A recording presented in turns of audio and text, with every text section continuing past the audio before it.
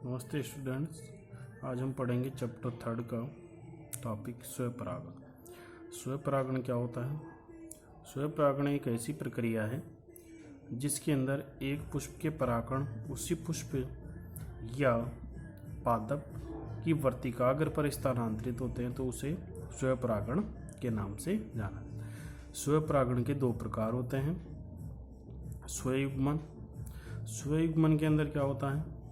पुष्प का जो परागकोश होता है उसके जो परागण होते हैं वो उसी पुष्प की वर्तिकाग्र पर उसी पुष्प की वर्तिकाग्र पर स्थानांतरित होते हैं तो उस क्रिया को अपन क्या कहते हैं? स्वयुग्मन। स्वयुग्मन की क्रिया सामान्यतः मटर पादप में देखने को मिल सकती है। दूसरा प्रकार सहजात पुष्पी परागण। सहजात पुष्पी परागण में क्या होगा? जब एक पुष्प के परागण उसी पौधे या उसी पौधे की किसी दूसरे पुष्प की वर्तिकाग्र पर, उसी पुष्प की वर्तिकाग्र पर जा सकते हैं या दूसरे पुष्प की वर्तिकाग्र पर जाते हैं, उसी पौधे की दूसरे पुष्प की वर्तिकाग्र पर जाते हैं तो उसे सहजात पुष्पी परागण के नाम से जाना है। अधिकांश जो वैज्ञानिक होते हैं उसे स्वपरागण की सहजात पुष्पी परागण को स्वपरागण में रखते हैं, परंतु यह परपरागण की कैटेगरी में माना जाना चाहिए। लेकिन आनुवांशिक दृष्टि से ये स्वपरागण की कैटेगरी में है, जबकि जो पारिस्थितिक दृष्टि है उसके हिसाब से, पारिस्थितिक मतलब वातावरण के अनुसार, जो हमारे वनस्पति शास्त्र के जो वैज्ञानिक है वो उसे परपरागण की कैटेगरी में रखते हैं। अब जब स्वपरागण की क्रिया होती है तो उसके लिए बहुत सारे अनुकूलन उसको धारण करने पड़ते हैं। तो अनुकूलन धारण करने के लिए स्वपरागण के लिए कुछ अनुकूलन होते हैं, परंतु उससे पहले अपन सहजात पुष्पी परागण के एग्जाम्पल देख लेते हैं। मक्का, ककड़ी, इन सभी पादपों के अंदर सहजात पुष्पी परागण की क्रिया देखने को मिलती है। नेक्स्ट टॉपिक, स्वपरागण के लिए आवश्यक अनुकूलन।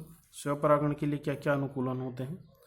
अनुकूलन नंबर फर्स्ट, उभयलिंगिता। उभयलिंगिता का मतलब होता है कि पुष्प में एक जनन अंग ही होना चाहिए। एक जनन अंग होगा तो उसमें परागण ग्रहण करने के लिए स्वपरागण की क्रिया संपन्न होगी, अर्थात पुष्प का एक लिंगी होने से स्वपरागण की क्रिया संपन्न होती है। समकाल पक्वता। सम का मतलब होता है समान, सम का मतलब होता है समान, काल का मतलब समय और पक्वता का मतलब पकना। पुमंग या जायांग दोनों, पुमंग जो पुष्प का नर जननांग होता है, जायांग जो होता है वो मादा जननांग होता है। पुमंग और जायांग का साथ साथ पकना या मेच्योर होना या परिपक्व होना समकाल पक्वता कहलाता है। अब इस समकाल पक्वता से क्या होगा कि जब पुमंग और जायांग साथ साथ परिपक्व होंगे तो परागण पुमंग से जायांग की वर्तिकाग्र पर आसानी से स्थानांतरित हो जाएंगे और स्थानांतरित होने से स्वपरागण की क्रिया हो जाएगी। अब दोनों में से एक भी पुमंग या जायांग देर से परिपक्व होता है तो स्वपरागण की क्रिया के लिए बाधा उत्पन्न हो सकती है। स्वपरागण की क्रिया नहीं हो पाएगी क्योंकि पुमंग पहले परिपक्व हो गया तो पुमंग परिपक्व होकर परागण बनाने के परागण नष्ट हो जाएंगे। नष्ट हो जाने के बाद जायांग बाद में परिपक्व होगा तो ऐसी कंडीशन में क्या होगा? स्वपरागण की क्रिया नहीं हो पाएगी। तीसरा अनुकूलन होता है अनुन्मील्यता। अनुन्मील्यता के अंदर क्या होता है? पुष्प हमेशा बंद रहते हैं। अब पुष्प बंद रहेगा तो पुमंग और जायांग उसके अंदर बंद रहेंगे तो पुमंग से परागण बनेंगे 100% है, कहाँ पर जाएंगे? जायांग के पास जाएंगे। अर्थात अनुन्मील्यता का मतलब ऐसे पौधे जिनके पुष्प हमेशा बंद रहते हैं, बंद रहने से क्या होगा? पुमंग से परागण बनेंगे और 100% है कि कहाँ पर जाएंगे? जायांग पर जाएंगे, यानी स्वपरागण की क्रिया उनके अंदर संपन्न होगी।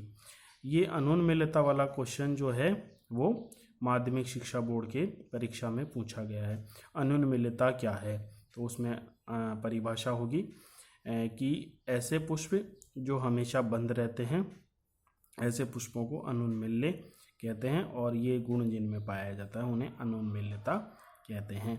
ये पुष्प हमेशा बंद रहते हैं और इनके अंदर केवल स्वपरागण की क्रिया संपन्न होती है।